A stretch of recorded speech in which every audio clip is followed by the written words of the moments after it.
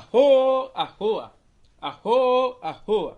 Soldiers of the cross, I salute with deep respect and love.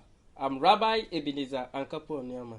First of all, let us thank Yahweh our Elohim that we are still alive. Asidamu asida enka otumfu nyankopon.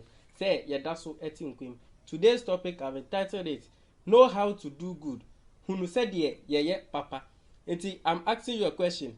Hunu said ye papa na hunu said ye bone. Turn up your Bible with me. Let's go to Genesis chapter 2 verse 9.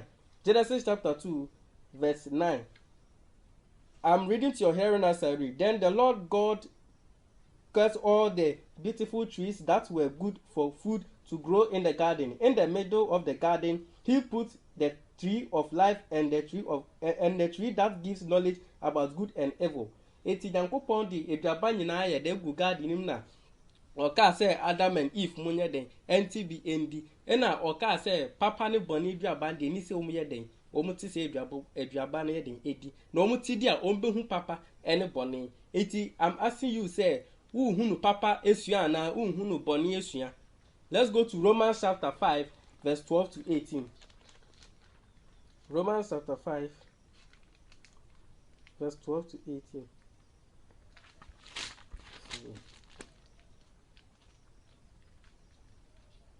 Romans chapter 5 verse 12 to 18. As I read, sin came into the world because of what one man did. Or say, bone ba wiase, if you say nipa ba ko na de bone ne yeden. Let me continue. And with sin came death. And a bone na ma owo ba itisi anu hu so obi wu a. Eye bone na nipa ba ko koye Adam. Eson any Eve and a ma bone yeden ebi wiase. It is obi wu pe na say bone a nipa ba ko koye and ama owo aiden aba. So this is why all people must die. Anything na onipa nyina be den ebewu because all people have sinned. If you say ye nyina ye bone, nenka first nenka ye nye bone. Then so Adam and Eve mu kwoti eduaba ne bi di ye nti ama bone na so yen so nti ye nyina ya den ya ye bone nti bone ni nti o se ye den ye nyina ewu nti no say the wages of sin is death. Esan say bone no so aso ye nyina so nti na ama owuo aba nipa so nti onipa ye den ubewu udi 100 years udi 669 kra ye den ya obeden ubewu. So let me continue. Sin was in the world before the law of Moses. Na bone wo ho ansa na Nyankopon kra de emra no ema Moses e wo mountain sin so. Enti na say bone de wo ho even bone kra na e wo heaven. If you say Lucifer a friend of bonsam no wo heaven no oye bone ahantan ba no so e mo ye bone me eto ne ba asase so nti bone na efiri ho firi mfiti ase. So let me continue. But God does not consider people guilty of sin if there is no law. Say emra ni wo kra na Nyankopon on ma wu nu hu wo oboni mu. If say why bone o so otwe so. Let me continue. But from the time of Adam to the time of Moses, everyone has had to die. It is from Adam person edikosi Moses person obia be den ebewu. Etwa so obia we say bone aso obia so. Enti uyo nipa na ka se wo de obekire bo wa asase so a ya na ohun ye memmobo. If you say Bible ni so obia bewu obia ntimi ntena se wa asase so ncheda den a obewu udi 969 kra obewu enti men ka se wo de obenyina che enkasa na wunnim da obeden obewu bompa se nyame ma onyini nche na onipa de den a obewu ntimi ntena asase so dabi. Adam died because he sinned by not obeying God's command. Adam owu ye vi se na wa ndi Nyankopon mra so na so ene Christopher say emra nye den enye ejuma so oka se emra nye ejuma wa ye bone evi say Adam obu Nyankopon mra so no oye bone enti na ma oye bone no ema owuo ne ba so eba ne so ema owuo no so abaye nyina so enti sisi a no nipa ote ho aye den a ba den ubewu ensan se bone a nipa akoye enti wo wiase a o so di Nyankopon mra so men ka se Nyankopon mra na den etwem men ka sa bida o so di Nyankopon mra ni nyina so. So let me continue. But even those who did not sin that same way had to die. Obi biara wanye bone te say Adam and Eve die no. O e dia o so e den u. If say Adam and Eve makoti eduaba no ma ye bone. Me say me man koti eduaba bia won so wan koti eduaba bia wo garden. Na so Adam mo bone na de aso yen so ama sisi a owu aba yen so nti onipa ye den ya obeden obewu. That one man Adam can be compared to Christ. Yet me de no toto Yesu Christo, the one who was coming in the future.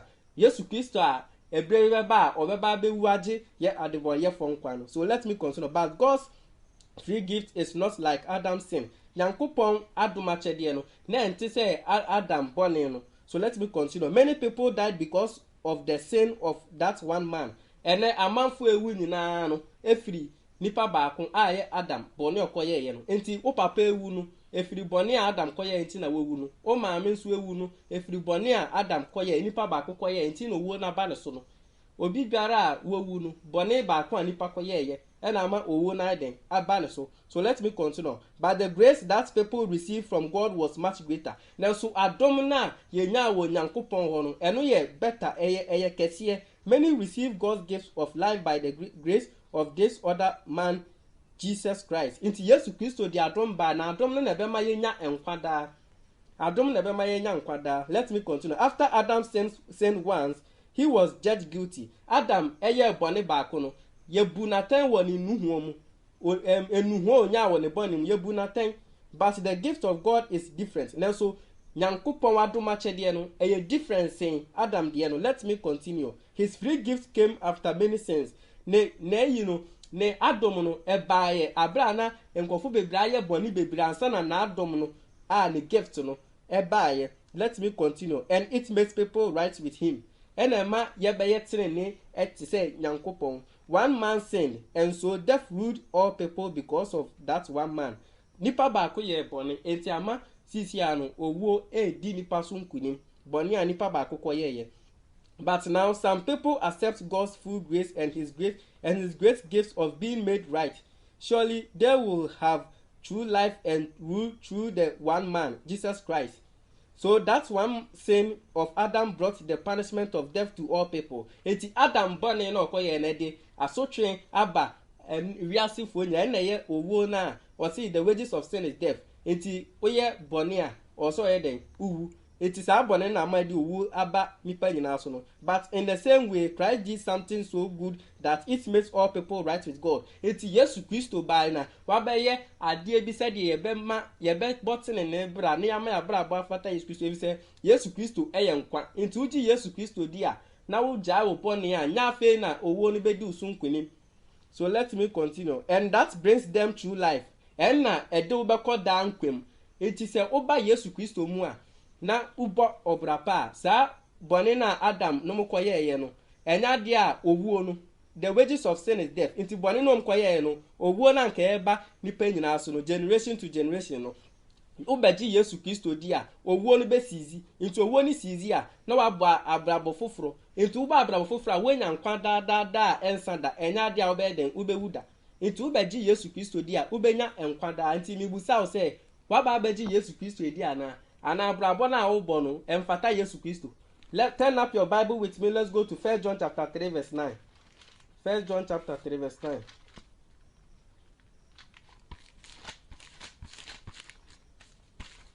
1 John chapter 3 verse 9.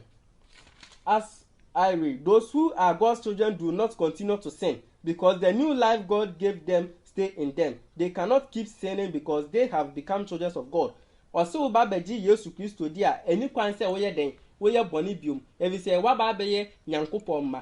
For to them he gave them power to become the sons of God. Wa ba be Nyankopon ma enti nya de a wo be den wo be ye boni biom eti wa ba beji Yesu Kristo di a wo ye Kristo ni no ene udi konkonsa no wa ba beji Yesu Kristo edi no a ni se nka wo ye boni biom no ena wo hye amawe wo hye short knickers wo hye apuskelenke 19 jeans skinny trousers no waba beji Yesu Kristo edi no na uba ashawo prostitute no waba ji Yesu edi no na oya abortion no osum bosom na bosom som no osum no waba beji Yesu Kristo edi no na be ye honhom ti umu a odi se nipa waba beji Yesu Kristo edi no na won cha de waba beji Yesu Kristo edi no na wonso de occult na onena magic incantation voodoo juju and Wiccan adultery abortion and all those in high heels. Waba beji Yesu edi na odi Yesu jide ni sheki woto waba beji Yesu Kristo edi na Yesu Kristo na waba beji na edi no ode pompe wo breast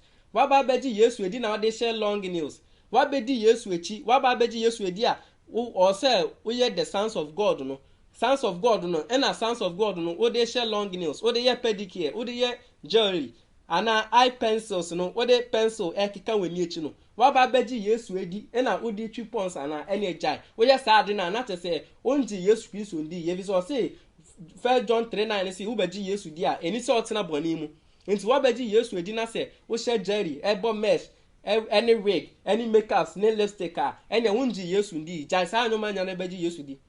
Turn up your Bible with me. Let's go to Isaiah chapter 5 verse 20 to 25. Isaiah chapter 5 verse 20 to 25. Isaiah chapter 5. Okay. Chapter 5 verse 20 to 25. As I will look at those people, they say good is bad and bad is good. Bible ne say yanhwe mo say papa eye bone na bone ya papa enti sisi ano me ka che say munja trousers sha wo ba be ka che say trousers ya de a eye na enye bone na the trousers akogina asori dem mo frɛ bone say papa sisi ano makeups no Christopher asofofo mma ne asofofo mmema ne nyina no omu nyina eye enoma bone omu say bone ye papa enti sofo ba bi wo ho a obo ohye mesh pemi jerry lipstick o ka che nso nje obeka se eye papa Bible ne si yenhwe se momo ka se enoma bone eye papa na mo frɛ papa no bone o ka so bi mbedi nyankopɔn mla so obeka se emra ne nye adwuma ade eye papa no mo frɛ no bone na ade eye bone no mo se eye papa sisi an emma besia no ehye wig eyebrows omu yi omani enton no tugu eyelashes omu hihye omani no se de ebe tententen omu ehye pemi omu ye pemi jerry mesh wig na lipstick makeups bleaching no mo po mu ho o ka se oba besi ampo no ho obeka se it doesn't matter che se nyamesom no yesum wa akomemu enti omu frɛ bone se bone ye papa Bible ne se yenhwe se mo frɛ bone se bone ye papa na mo frɛ papa bone enti wo obi a otisa anya firi mu na bra ebedi Yesu Kristo echi be so di Yesu Kristo echi ani se otena sa bone mu eni se wo ye obo bra bone. So let me continue. Or see, they think like, okay, look at those people. They say good is bad and bad is good. They think like light is dark and dark is light. Modern say light no high no sum na esum no high. Inti monam esum modern say sum no high na high no modern say sum ti mo mpese mo beba high nim. Preaching kra me preaching kra no obi kra ontie high na me dey ma on odwen say sum ti ontie odwen say nkwase akeka na me keka no ene nka obetie me nkwase akeka na odi asakra nka ebebo papa evi say wo light na me dey ma on o mpese obetie light no odwen say light no yesum na wo da so bo obrabone na ye high ma wana sa na Bible nature say mo say high yesum na esum so ye high. Let me continue. They think so is sweet and sweet is they think they are so smart. They think they are very intelligent. They are famous for drinking wine and are heroes known of mixing drinks. And if you pay them enough money, they will forgive a criminal, but they will not let good people be judged fairly. Iti mo frɛ papa say bone na mo frɛ bone say papa. Turn up your Bible with me. Let's go to Jeremiah chapter 4 verse 41 to 22. Jeremiah chapter 4.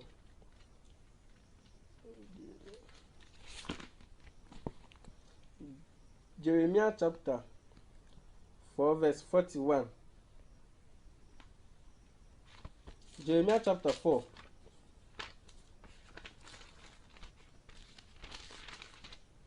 Jeremiah chapter 4 verse 41 to 21 to 22. As I read, how long must I see the war flash? How long must I hear the war trumpet? The Lord said, my people are foolish. They don't know me. They are stupid children. They don't understand. They are skillful at doing evil, but they don't know how to do good. Nyankopɔn say, hwɛ sɛ mo mayɛ den, mo mpɛ sɛ mo betie nyame, na mo bɔ ɔbra bɔne. Mo bɔne na mo yɛ no, mo frɛ no papa, na mo mpɛ sɛ mo bɛba bɔne no ho, but they don't know how to do good. Mo mpɛ sɛ mo bɛyɛ, mo nim sɛ de yɛ papa. Enti mi busa question say, unhu sɛ de yɛ papa na, o hwɛ papa no wesu ana. Evi sɛ topic no me se hunu sɛ de yɛ papa. Enti papa na also hunu sɛ de yɛ no, uhunu bɔne aya na, uhunu sɛ de yɛ hyɛ jeans ana, uhunu sɛ de yɛ tattoo yɛ ho ana, uhunu sɛ de yɛ hyiwi, uhunu sɛ de yɛ num cocaine ana. ene uhunu saa no man na ene jai na bra ebe hunu said ye papa. Know how to do good. Bla be hun said ye papa. Turn up your Bible with me. Let's go to Micah chapter 7 verse 2. Micah chapter 7 verse 2. I'm reading to your hearing as I read. By this I mean that all the faithful people are gone. Osin tisisi anu wo hu se omomo ya atene na efu onyi nyina eden ekọ. Officials ask for bribes. Just takes verse 2. By this I mean that all the faithful people are gone. There are no good people left. Osin sisi anu wiase no papa bia ni papa bia ni wiase. Ampa udi weni tu wiase a ni papa bia ni ho a ewo wiase. Omu nyina abo adebonye fonkwa. So let me continue. Everyone is planning to kill someone. Everyone is trying to trap their brothers. Or say obi planning so beden obeku ni yonko. And the Bible ne say atene ne fo no ye den efiri ho sisi ano nipa bone fonkwa na ewo asasi so. Satama nyankopon ka kire Abraham Lot say ekuro no Sodom and Gomorrah. So onya nipa 5 a on say ekuro no. Na che say Sodom and Gomorrah kra nyankopon enya nipa 5 kra wo ho. Adebonye fonko a enti nyankopon Yesu Kristo ka say ewie ebre ni bedu a do mu ye wo Sodom and Gomorrah no omu be ne wo ewiase nyina ampa ewiase nyina Bible ne say ni papa ni wiase biom according to Micah chapter 7 verse 2 sisi ana adebonye fonko a ne wo wiase sisi ano obi planning so obeku ni nua. Someone is planning to smoke weed. Now someone is planning to smoke cocaine, tramol, cigarette and asra. Someone is planning to drink apeteshi. Someone is planning to drink weed bitters. Someone is planning to drink weed toffee, adonko bitters, kakai bitters, dieja bitters, ejapia bitters, joy daddy, alomo, nana techi bitters, K20 brukutu, abensio, gold and striker. Someone is planning to drink all those bitters. Someone is planning to rape someone. Someone is planning to do LGBTQ+. Lesbians, gay, bisexual, transgender, intersex, and questioning. Plus, just say they kick only the baby. Someone is planning to do all those things. Someone is planning to watch pornography on Google. Someone is planning to do masturbation. Someone is planning to act porno. Someone is planning to be stubborn. Someone is planning to do for girls and for boys. Obi planning say obetu obi eduru. Obi so planning say odi eduro beji ni kunu. Obi planning say odi eduro beji le yere. Someone is planning to do otofista. Someone is planning to do rasta hair. Someone is planning to do tattoo. Someone is planning to dye his or her hair. Obe dye ni trimmi no. And then kokografo nyina dye omu trimmi no white. Omu trimmi ye white no. Ombe dye no na ye black. Said odi very young girls no mo. Someone is planning to date someone. Someone is planning to scamming, defraud for. Someone is planning to steal someone. Someone is false prophets for. So they are planning to take church members all their monies, their tithes and offerings. They are planning to take all their monies. Someone is planning to join the Sakawa. Someone is planning to do occult, incantation, juju, magic, spells, voodoo, wiccan, adultery. Someone is planning to be a prostitute. Someone is planning to wear trousers. The ladies. Someone is planning to wear skinny jeans. 19. Apuskalenke, short nika, wear. Show your breast. Someone is planning to wear high heels. Someone is planning to shake her body. Said or call be shake neto na emrantie no ababesi omupe. Someone is planning to pump her breast. Someone is planning to wear long nails. Someone is planning to do pedicure. Someone is planning to wear jewelry, asumadiye, ahweniye, any chains. Someone is planning to wear all those things. Someone is planning to pencil na omudi yo men in kaji. Someone is planning to do it. Someone is planning to say the obebo pons. Someone is planning to bleach her body. And then mrantia no kra no aji ahopona omu aji enkunu kra fa mrantia no po mu kra chen emma no uyo obi a uwo mu anejai uyo obi a o planning to change your tooth. And then emma ne mrantia no omukọ na obi de aso blade atulisim tr no wa twa ne se no said ye obeja ejire wọ nisim. Someone is planning to do that. O planning so be sa de na nejai. Someone is planning to do lipstick, makeup, perm, jelly, wo peme no eni jerry no mesh na wo bo no nyankopon ama wo etini we kama wo say no wo ba kofa nipa de e da be hye chese wo pa te say nyankopon amba wo ye. Someone is planning to wear wig mo share wig. Someone is planning eyebrow ni eyelashes omu yiyi ni nyina to gu no mu the artificial one e da hye ho. Someone is planning to say do betwa loto. Someone is planning to divorce or be say awade. Someone is planning to discriminate or planning so be da be papa ni pemu. So you be a what's at the name jai free mu. Turn up your Bible with me. Let's go to Isaiah chapter 57 verse 21. Isaiah chapter 57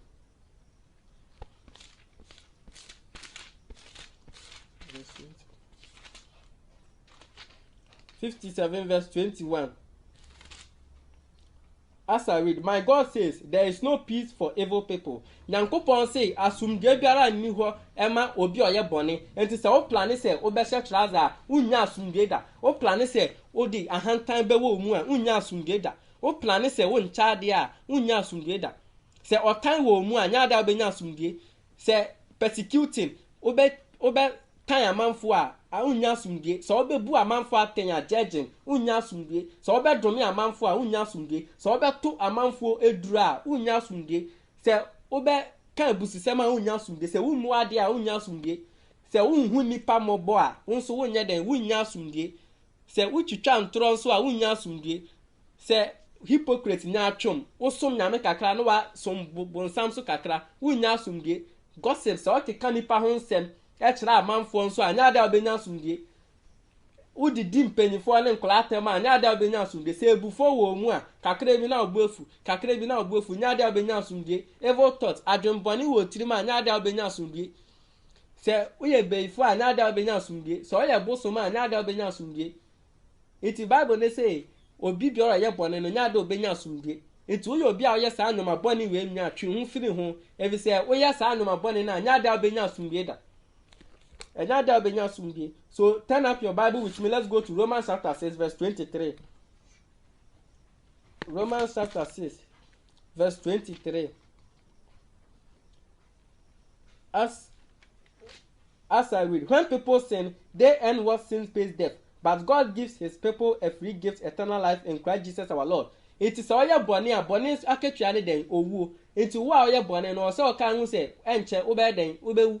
Enti umpeso obewu dia na bra na befa Yesu Kristo. If so say, but God gives his people a free gift, eternal life in Christ Jesus our Lord. Yesu Kristo ena ode adoma te se nkwa nti ubeji Yesu Kristo dia ubenya nkwa da ensada. Enti wo boni mu a firi boni mu ne bra befa Yesu Kristo said obetena se da. So wages of sin is death. Oye boni a etwa se owu. Enti umpeso obewu dia ena firi boni mu ne bra Yesu Kristo enchen na nya enkwa da. Let's go to Ecclesiastes chapter 8 verse 11 to 14.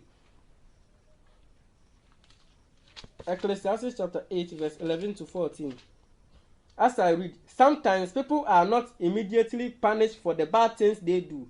Their punishment is slow to come, and that makes other people want to do bad things too. Or since sometimes obi ya boni a nyankopon kunansa say nansa nyankopon betwen kakra nti obi wo ho a o boni mu a obetime nyina kyenya sika saa nyankopon onku wansa o ma watena se kakra nti wo tena se no dwen se wo de we nyankwada. Bible ne say men ka se we nyankwada na nyankopon kele wu slowly. We obi a oye boni a nyankopon betima ma we nyina kye wo dwen se we nyankwada da bi o kele slowly but we dey win nti esa anu nti ama amanfo nso eso ye bone because onum so om koye bone a nyankopon nye den onku om ebi se oba be sha trouser wa ye bone etwa se nyankopon ye den ekunu na so oba ema be se nyina sha trousers nyankopon nye om hwe modwen se nyankopon ede mu bone atem ana nyankopon se o kele mu slowly but mu de mu nim abrante hwi a wa ye bone otwa se nyankopon so ye den ekunu eyi ni fi asase so nanso nyankopon ese oto le boase. Say, let me read that quotation again. Ecclesiastes chapter 8 verse 11 to 14. Sometimes people are not immediately punished for the bad things they do. Just say nyankopon on bad things now you don't sisi ya o. Their punishment their punishment is slow to come.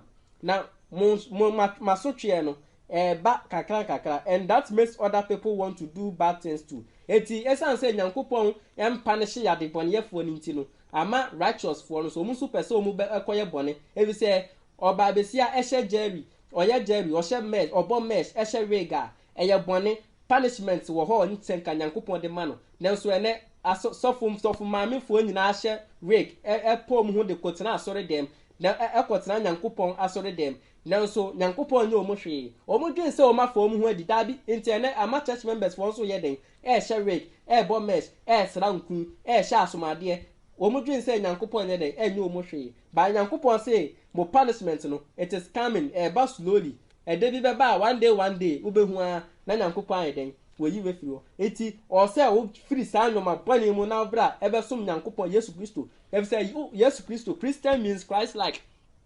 Christian means follower of Christ.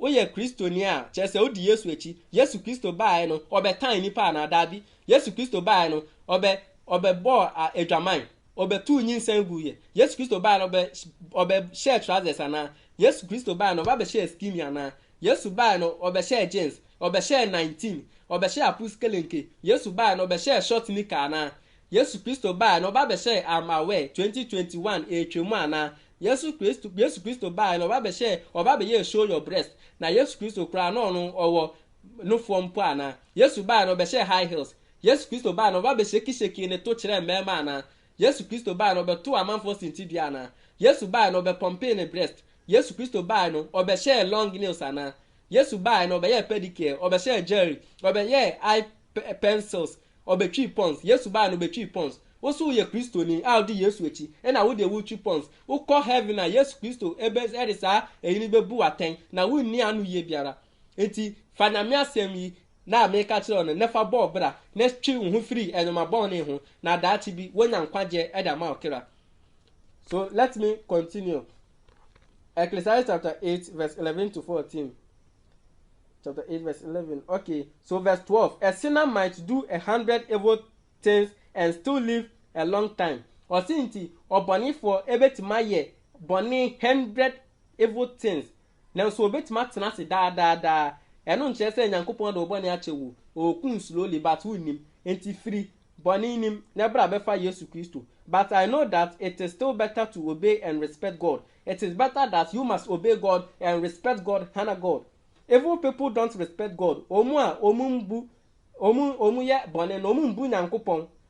Omu mbu Nyankopon enema mesia na omesi su nanse no omu mbu Nyankopon embrante no so omesi su nanse so omu nye de omu mbu Nyankopon enti uyo obi a oye bone anya ade a obe de obebu Nyankopon enti uyo obi ebufo wo omu a chese wo mbu Nyankopon uyo obi a yawde wo omu a wo mbu Nyankopon uyo obi a woncha ade a wo mbu Nyankopon uyo obi a wonso domedomi amanfo a wo mbu Nyankopon uyo obi a woto amanfo edura a wo nye den wo mbu Nyankopon uyo obi a wonso she high heels a wo mbu Nyankopon false prophets no so no munye den o mu mbu Nyankopon scamming for no they don't respect God omo mu no mbrukutu no so no they don't respect God tattoo for no so they don't respect God for boys for girls they don't respect God stubborn for no so no they don't respect God omo mu twi pons no so no omo respect Nyankopon omo so adwenbone wo omutimu no they don't respect God so they will not get good things or live long lives or since at the bonye for no munya no mapapa na munyini nche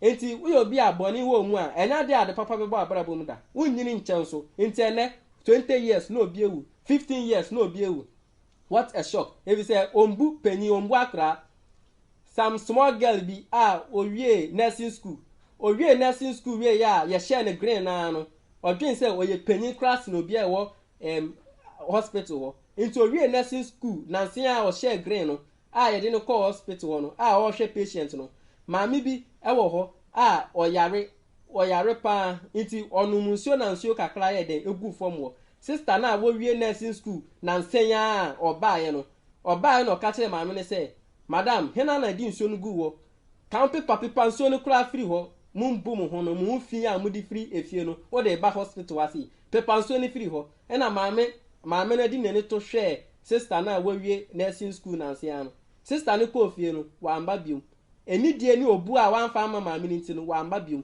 iti uyo bi a wummu ade a nyankopon say o ma wunyini nche saa na Bible ne kire o say so they will not get good things munya nnoma papa or live long lives muntimi nyini so nche nti na amanfo wu a na ewu efi say omunni obuo omunni nidie omudidi empanyifo ene enklatem uyo bi a wummu ade a wunyini nche da.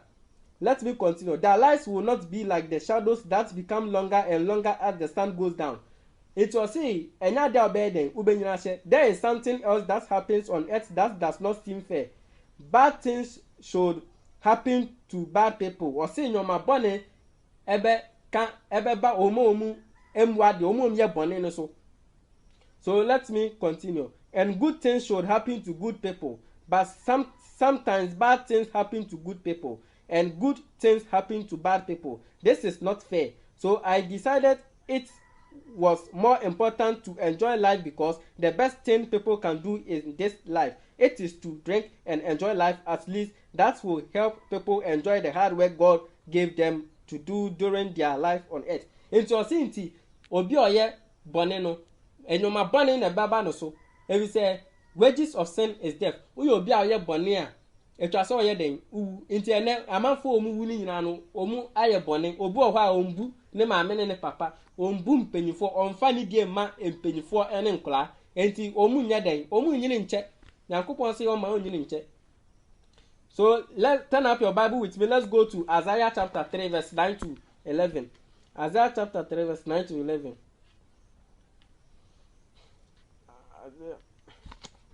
Isaiah chapter 3 verse 9. Isaiah chapter 3 verse 9 to 11. The look on their faces shows that they are guilty. They are like the people of Sodom. Osinti monim kire se mo eden monum ho. Mo te se omu ye den omu Sodom and Gomorrah no. They don't care who sees their sins. Mon care say obi a o hwe mo bone, but it will be very bad for them. They will get what they deserve. Tell the good people who do this is right that good things will happen to them. They will receive a reward for what they do. Inti Bible ne say mo amoye bone te say Sodom and Gomorrah no. Enya de a mo be den mo be nyina che bone enoma bone na beba che se enoma papa mba mabrabum. Bo obi oye papa ne de enoma papa beba na brabum. Eti ene said Isaiah chapter 3 verse 9 ka kire say amanfo ye bone no sisi a no mu ba beji LGBTQ+ atumu lesbians, gay, bisexual, transgender, intersex, questioning plus ne de chese de keka ho no obema timi fa akola oba a wodi 100 years so timi ware bema a wo 15 years mi nyina no mu ba beji atumu chese de ko so Sodom and Gomorrah emema timi fa moa emanso timi fa moa ni nyina no ba beji atumu wo akromu ha say dia Bible ne say enoma bone na be den ebeba mo so enti say you must stand against LGBTQ+. Yen standing against that enye if say umuji sa ade ni tuma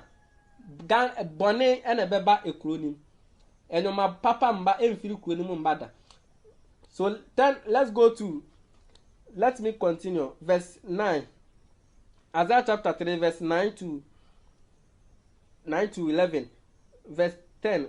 Let me continue. Tell the good people who do what is right that good things will happen to them. Or say young country moya papa and say, and my papa be my brabum. Into your beer, we are bonia, and my bonnet never bow a brabum. We will be outside our dear, and my bonnet never bow a brabum. We will be our buffon 10 temonswa, and my bonnet never bow a brabum. We will be our didi and pennyphone and claterman, no my bonnet bebo a brabum. We will be our womb dear, and no my bonnet bebo a brabum. We will be our tundro, and no my bonnet bebo a brabum. We will be our some quaku free, any abosom for. We will be our some sabosom for no so, and no my bonnet a bedding, a bebo a brabum. We will be our so young nachum. And my bonnet beba wa brabum nya atwomfo no oyo kristoni pa na so de ehye ne mpaase no enye easy obi oyo kristoni na so enyo me sensen ne kwan no enye easy uyo obi a oye sa nya atwom no so a enyo ma bonnet na beba wa brabum uyo obi a oye stubborn na enyo ma bonnet beba wa brabum.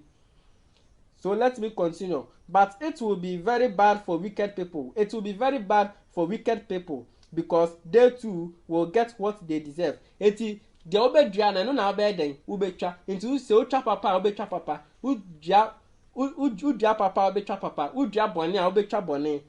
They will get what they did to others. Even children will defeat my people, and women will rule over them. My people, your guys lead you the wrong way, and they destroy the path you should follow. It was say, yeah, papa said, and your papa buy a brabum. We are born in there, no my born in a brabum. Let's go to Hosea chapter 4, verse 7. Hosea chapter 4, verse 7. Hosea chapter 4, verse 7. As I'm reading to your hearing, as I read, they became proud. Or say, Mama Mohoso, Moya de Bonyefono, Moko, Via Biadia, now o man hoso, when you sika, sisi adanya kesie, a hand time was so. They sin more and more against me. Or say, Moya Bonne kesie pa editiana.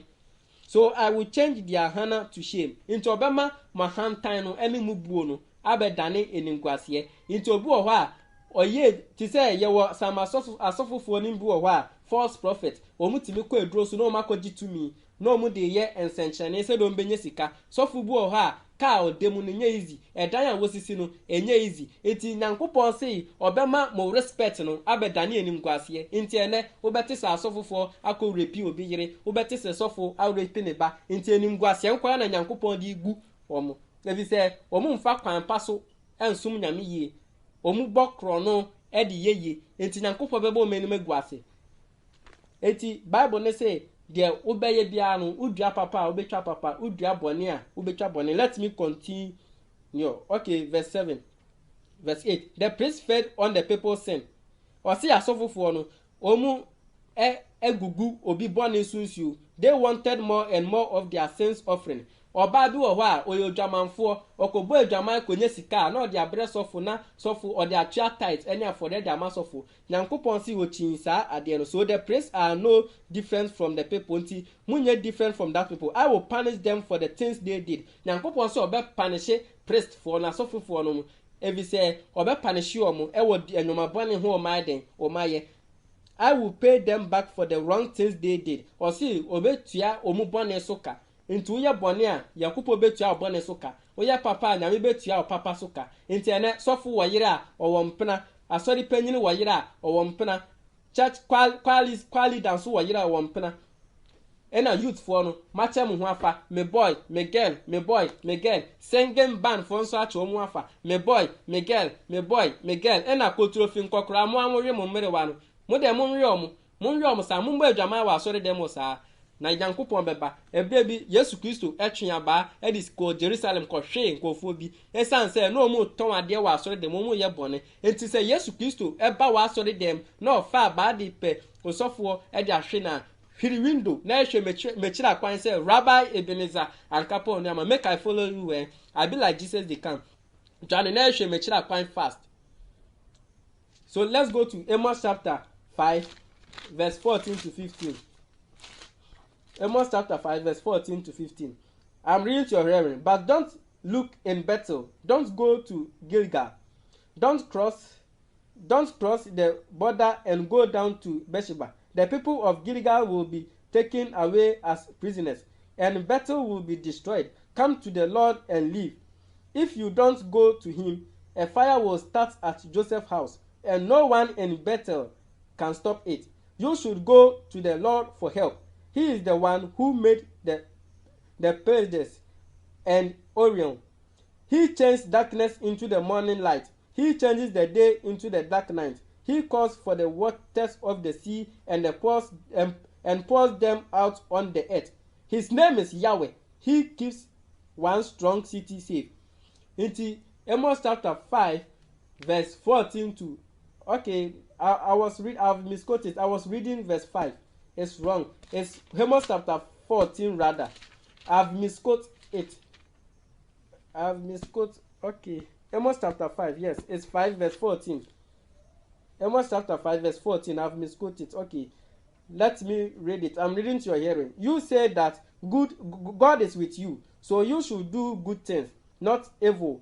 Mosi nti nyankopon eka mo ho. Enti munye papa na ma munye bone. Nti so yo Kristoni no. Nti Kristoni na wo ye no. ena wode ehye 19 o kristoni na wo ye no ena wode re amanfo yire o kristoni na wo ye no ena wada da obi abayo ade na ko she hotel ena wa bona no se mane nka nchuro bia o kristoni na wo ye no ena wode nom joy daddy o kristoni na wo ye no ena wode keka amanfo ho nsem no o kristoni na wo ye na wode twa loto no loto krampo de metine di mpo ana me ye da misro mpo evi se loto no do ti loto kios no krampo no nka lo ye twa loto nya sika e de kwa brochi nka do ti loto kios nko ntwa tu sure no nye de no free kios nim kwatre kwase obefra wontoma tie ni din do ti loto kios no udru okra no kra wa yesi na wo kwa akotwa tu sure no abe wi eti akokra bi wo a otimi ko no odisika 300 Ghana cedis akotwa loto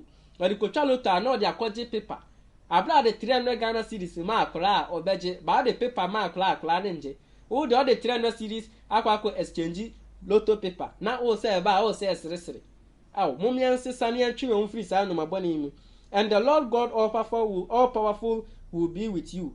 Hate evil and love goodness. Or say mon time bone na mon do papa. Eti o kristoni a otie me. Time said ye call eduro so. Time said ye share gens. Time said ye share 19. Time said ye share Jerry. Time said ye pay me. Or say what time and no mabone we. Hate. Time said ye ka busu sem. Time said ye a hand time ya hand time firu. Time entro men chantro. Time bitterness hun firu mu. Time high heels omo share heels no. Time sa no man time show your breast. Men you no fo entre abontenso fo sa. Who you no fo e de treasure amansan nyina abefo ba be no fo no. Abefo ba be no fo no. Nti men yi oba be sia men yi no fo entre amanfo. Time sa no ma we oba be sia men ko emma won so breast no. Eye ketekete ninti no wakọ ni akoye operation ana surgery na ye de balu ana ya wono panie ne de ye de balu na hye onufuo mu ne ya wono panie se de be kese na o se o time sa ade no one time na wa ma onu fa kese na wa brazier na o be hye size 300 no wa sa akoto size 10 ena aye ketekete na odi anointing oil sa anwa asrasra ho na ete yire ena wo sa de cross asa tum ena u piano kwa na we piano kwa o de no fo ni nya Yesu Kristo ena wo sa de to emema no musintidua ena mema no so enom wo no fo no abranka no fo no ke ye nkra dia no wako ma na ye kese ena wa ma mema age no fo ni nyina afa enti se no ba no kra ba no fo no ho a na opam no se hey masa fia se ko na no fo ni nya odia wa ma mrante nyina ye nom no fo sisi ano mama mrante nyina ye nom no fo abranka no fo ye ema dia no nkra dia no mama mrante nom no fo no eti wo no fo ye ketekete amen kwa ye ne kese mane nya saa so kwa ye ne kese na chese wo pa chese nyankopon wa ma oye ade na nka wa ma no fo na anya kese. So let me continue. Maybe then the Lord God all powerful will be kind to the survivors from Joseph family. Eti o say mo ye den mo hwe papa na musua hunu said ye papa na ye den na sua know how to do good. Let's go to Psalm 34 verse 14. Psalm 34 verse 14. Psalm 34 verse 14. As I read, stop doing anything evil and do good. Look for peace and do all you can to help people live peacefully. Or say, stop doing anything evil. Jai enoma bone na wo ye no. Etu yo bi a ebufo wo mu ajai. Uyo bi a okọ eduro so ajai. Uyo bi a wotu amanfo eduro ajai. Uyo bi a odi eduro na ji ukunu ajai. Uyo bi a odi eduro je oyira ajai. Uyo bi a ye for girls for boys a enejai. Uyo bi a onom nana techi bites enejai. Uyo bi a onom kakai bites ajai. Kakai bites krampo de mete sa adin mpo a na me ye de misuru. Akraketu a okase kakai ba na akraketu a ni dwane. Na wo papa panyi wakoto kakai bites e na wo ye den wo onom. Akraketu akra ati sa adin na no dwane. Wako ba ase akoji kakai bites a wonom uwie nso waka achiro mu se omumfa enum bi ensi suma ye fe ne sempo shatamule o se den shatamule nenum no boy no kakai kom la kakai na wo de sa anum na him nti ba na ase nyina no ho nyina adane kakai nko a ukọ ho a o mba biom e se kakai fo nko a na wo ho wo nom kakai bites o sa de kakai nyuma him kakai nyoma sa hye nti ho nyina adane kakai akra bi kɔ hɔ a wanhwɛ ɔmba biem kakai bɛkye no iti empanyimfo no nso ɔsɛ ɔmo yɛ den ɔmo ehunu esua bible ni yie na ɔmo hunu no korɛ no na ɔmo twe ɔmo ho free enwoma bɔne ho iti uyo obi a nso yɛ den oyɛ masturbation a enye jai ɔsi stop doing anything evil oyɛ obi a oyɛ masturbation a enye jai masturbation yɛ o sɔ o phone no wakɔ google no wakɔ type pono na o hwɛ pono no na ohun o twetwe o bɛ ma sɛ de ohun so bɛ den ebe sane o wonim sɛ wabɔ ohun dia oyɛ masturbation a wabɔ ohun dia o sika sɛ mbɛyɛ basa na masturbation ne kra de amanfo omu yɛ no nija yɛ den papa ebi sɛ obi wɔ hɔ a otimi yɛ masturbation 20 years 30 years aso ni dem into ontimi njai otimi yɛ masturbation bɛ 30 years ontimi njai into yɛ obi a wɔ saa tibie no ma jai ɛna sa o sika sɛ mbɛyɛ basa ɛna sa wunya awarepa wunya oyerepa wunya kunupa into yɛ obi a yɛ masturbation ne jai ɛna sa obɛsɛe obɛma no wanhwɛ kra wongo woyɛ ɔba nso na yɛ masturbation a ɛne jai ɛna sa wobɛsɛe wo nso waayi no wa wo deɛ no wanhwɛ a wongo enti amanfo bebree na omungo no obu wɔ hɔ a na egyina masturbation so obu wɔ hɔ a no wayɛ masturbation firi nkora blema nti obenyini no ontimi nyɛ den onya bakra no wawo woyɛ obi a yɛ masturbation ajai woyɛ obi a wopɛsɛ woje LBJTQ no plus no tuma ɛne nso jai menje saa ade no ntum woyɛ obi a wotatu hu ajai watatu hu a ɛne kɔne enwro tatu no nyina yɛ den entungu na bra befa Yesu Kristo na ba abrabapa uyo obi a o scam amanfo defraud u defraud amanfo jo musika ene jai uyo obi a uwi ade ajai false prophets for no so no munye den munjai okay false prophets for ndie eyen komsha nyankopon Yesu Kristo asha ato Yesu Kristo say ye mra ni bekwa ewie ya atorofo adi for beden ebeba so you can't stop them false prophets no die eye de on beden o mbeba ba ye na o say ye tu amanfo fo church members for no for say emo nko false prophet no mo nchen ebi say omu ko false prophet no mo nchen a wanhwe omu nya enkwagye wanhwe omu nya enkwagye enti ye na o say tu amanfo fo say emo nko false prophet no mo nchen ebi say omu ko ho a wanhwe amu nya enkwagye eti uyo obi a ono ma bensu a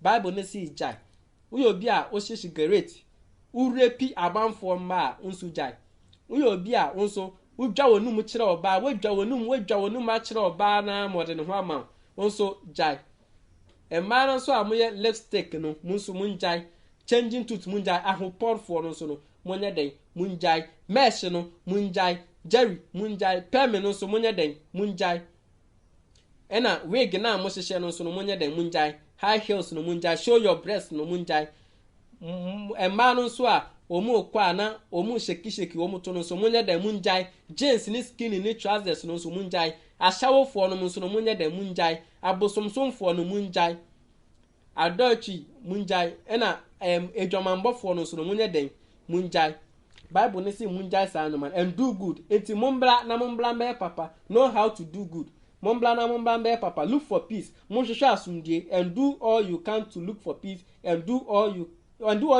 can to help people live peacefully monya de mo betimi ayama muni nipa nyina betena se asumdue mu monya de mo betimi na muni nipa betena se asumdue mu the Lord watches over those who do what is right wa ya papa na nyankopon so ohwe so obebia beko bi ohwe and he hears their prayers na wetie mo mpaibo enti atene na efo nyina no mbo mpa nyankopon ye den etie but the Lord is against those who do evil nyankopon say otan omom ye bone no so they are forgotten soon after they die it is adebonyefo no ewu a omure befie nyankopon re befie omure befi bibia e so omunam bone mu enti wo obi a oye bone dia ene o se oye den otwe hu firi bone nim e so nyankopon say otan adebonyefo na otie apapayefo empaibo enti wo obi a obi oho ye kristoni enti obompaye pan ne so ade ba ko woni mu ebufuo wo mu nyankopon se onti o mpaibo wai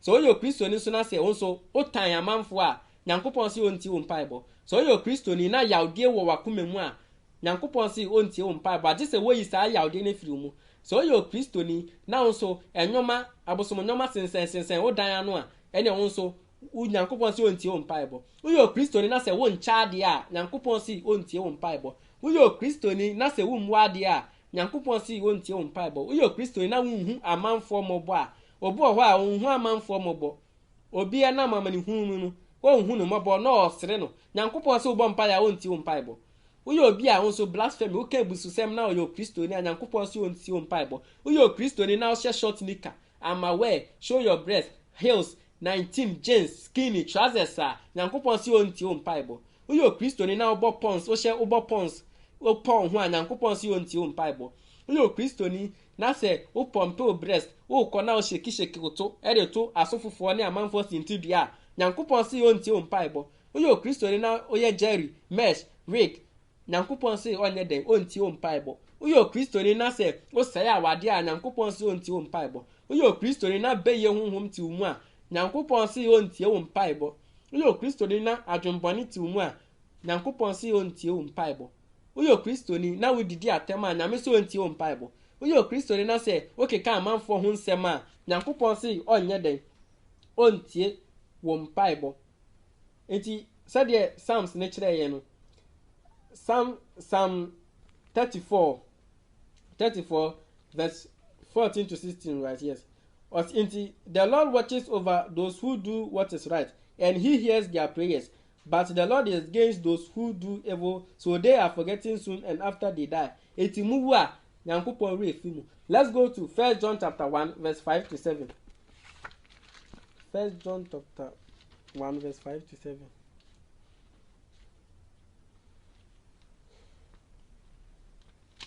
First John chapter 1 verse 5 to 7. As I read, when we heard the true teachings from God, yati nyankopon ehunsem aye nokre, now we tell it to you. Sisi ano nyankopon hunsem na mate no meka e de akire mo apapayefo ne adeboneyefo sa apapayefo nom de nyankopon eni wo mo so na monkoso anye papa mo amosum nyame ye no monkoso ansum nyame ye e mama ba mu nye den embuda me se ka akire adeboneyefo no se mu ye obi a mo ye bone a munye den munjai muntwi mu ho free bone ni. Let me continue. God is light and in him there is no darkness. Nyankopon eye han na ni mu no esum biara ani ni mu enti wo a wo ye bone no esum wo mu enti bra na be fa nyankopon na bra ehan ni evi say you can't serve two masters. Ultimi nsum nyankopon timi nkosom bonsam enti so wo som bonsam a jai bonsam na be som nyankopon. Let me continue. So if we say that we share in life with God but we continue living in darkness, we are liars. Uka say muni nyankopon wo nyankopon na se mu da so wo boni mu a na che se mu ye otorofo enti ene Kristofo nyina ye otorofo ebi se ene o Kristoni ko asore kakra no wa shiwi kakra o Kristoni ko asore kakra no wa no ma petesi kakra o Kristoni ko asore kakra na wo ye for girls kakra o Kristoni ko asore kakra na o ye for boys kakra o Kristoni ko asore kakra na o de eduro jini kunu o Kristoni ko asore kakra na o de eduro jina yere o Kristoni ko asore kakra na o tu amanfo eduro o Kristoni ko asore kakra na o ye pedicure o Kristoni ko asore kakra na o she jerry o ye jerry peme makeups o Kristoni ko asore kakra na o twa loto nso nkakra enti mu ye saa de no mu ye otorofo bia nso nya den enko heaven because Bible no ejina no kore so ukọ court kra na ye bedi wasem a ye the Bible begina o say swear say you will say the truth no kra ejina Bibles even ye bowesu a ye baptize wa de ye kan ne say me bowesu ese eja oba eni susun kokodi mu di no kra kopem da obewu ntu ye obi a onka no kra na otwa ntura wo nko heaven sana Bible no ekire ntu o say but we continue living in darkness we are liars we obi a sum na me na oda so esum dia we ye otorofo who don't follow the truth won hu no kure na bi say nyankopon ye no kure Yesu Kristo ye no kure na nyame asem so ye no kure enti na say we sum nyame na so sa akosom bosom a we ye den we ye otorofo na wonnim no kure no you don't follow the truth. Verse 7 we should live in the light or say yantena ehan mu yambo ehan ma brabo where God is baby nyankopon say nyankopon ye han. If we live in the light, we have fellowship with each other. Say atina haimu a yenya endamfukuo and the blood sacrifice of Jesus God's son. Na Yesu Kristo ni wo no ye a obewuje ye no de we agye bone nkwa washes away every sin and makes us clean. Yesu Kristo di ne moja na eden aba bewu agye bone nkwa. Nti si eba Yesu Kristo mu ebefa Nyankopon ne adi Yesu di a Nyankopon apepa ye bone nyina amaye. Nti uyo bi a obobra bone edidi amanfo atem enoma bone na mebo boss nyina no uyo bi a wo saati bia nim di a ene efirimu na ba na bra befa Yesu Kristo na ubehunu Nyankopon a na gi Yesu Kristo di efise Yesu Kristo bewu gi ebone nkwa nti obewu ye no ni moja no so bi be gu so na dia wo horo bone nyina na wa ba be ye Kristo ni wa ba be Christian nti ube Christian a Christian means Christ like follower of Christ who di Yesu echi nti ube di Yesu echi a o so obo abrabopa efise Yesu Kristo ba ye no o she atade a efata o she atade a eyeyu jarabia ana Israelfo no atade no mu hye no Yesu Kristo ba no wa mbe keka nani echi eti no so ubedi Yesu echi a o se unka hu se udi Yesu echi Yesu a mekeka nani echi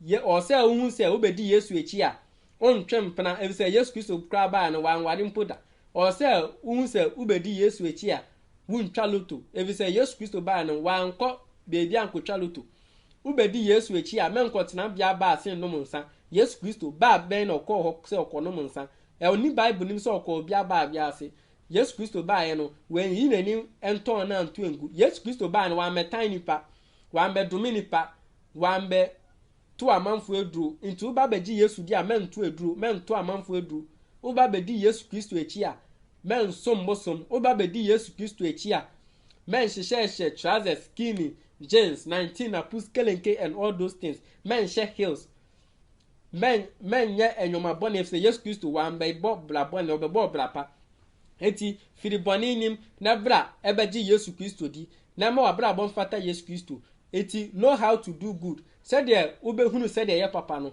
uba Yesu Kristo mu a na ma nkronkron no ebe ba oso na why there to them he gave them power to become the sons of God ube Yesu Nyankopon ma ube bo bra pa and you know how to do good no hu said there papa hunu said there ye papa.